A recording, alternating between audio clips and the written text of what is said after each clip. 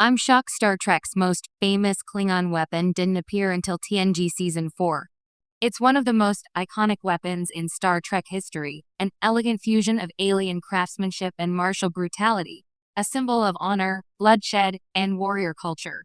The Klingon bat'leth. Today, it's impossible to imagine a Klingon without picturing them wielding this fearsome, curved blade. It's part of the franchise's visual DNA. And yet, in a genuinely shocking turn of behind-the-scenes development, the bat'leth didn't make its first appearance until Star Trek: The Next Generation Season 4. That's right. The bat'leth, the very weapon that has inspired real-world replicas, martial arts schools, and countless cosplay photos, didn't exist during the entire run of Star Trek, the original series, nor did it feature in the first 3 seasons of TNG. Despite the Klingons being introduced as early as 1967 in Errand of Mercy, the now legendary blade was nowhere to be seen for nearly 25 years. So why did such a visually striking and culturally important weapon take so long to arrive? And what does its late introduction say about how Star Trek evolved its storytelling and world building across the decades? From blunt villains to honor-bound warriors, part of the explanation lies in how Klingons themselves evolved over time. In the original series, Klingons were basically space Soviets, gruff, mustache-twirling antagonists obsessed with expansionism. They had more in common with Cold War paranoia than any kind of rich cultural identity. Weapons were phasers and disruptors, not personalized relics of ancient honor. It wasn't until TNG that the Klingons began to be reimagined as a complex warrior society steeped in ritual, myth, and code. Characters like Worf and the House of Mo introduced audiences to Klingon traditions, internal politics, and deep philosophical concepts about glory and death.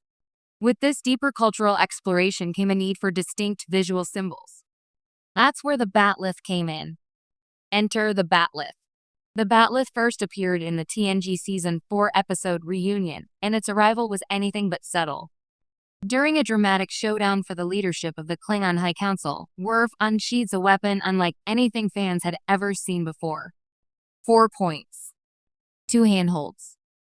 A sweeping crescent moon of pure menace. With swift, fluid strikes, Worf slays Duras in single combat, and the bat'leth instantly becomes canon. The weapon wasn't just for show, it had a real-world designer. Dan Curry, TNG's visual effects producer and martial arts expert, designed the bat'leth himself. He not only crafted the physical prop, but also choreographed its use on screen. Curry imagined the bat'leth as an extension of Klingon philosophy, part ceremony, part lethal practicality. His design elevated the Klingons from just another sci-fi race to something far more mythic, space samurai with a dash of Shakespearean tragedy. Retroactive legacy. What's fascinating is how the bat'leth's late arrival didn't prevent it from becoming retroactively essential. Once introduced, the weapon was backfilled into the broader Star Trek canon.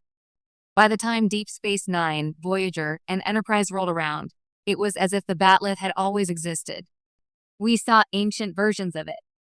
We heard legends of Kallus forging the first one from a lock of his own hair.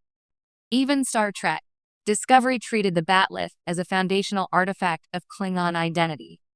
This retroactive embedding shows just how powerful a well-designed visual motif can be. The bat'leth became a shorthand not just for violence, but for honor, tradition, and the uniquely Klingon idea that combat can be both spiritual and political. It's a symbol of everything that distinguishes Klingons from humans or Vulcans, and arguably one of the most successful pieces of sci-fi world building ever crafted. Why Season 4 was the right time? Though it's shocking in hindsight, perhaps Season 4 of TNG was the perfect moment for the bat'leth to debut. Earlier seasons of TNG were still finding their tone, and Worf himself was often sidelined or underdeveloped. It wasn't until Season 3 and 4 that the series really committed to exploring his heritage in depth, including episodes like Sins of the Father and Reunion.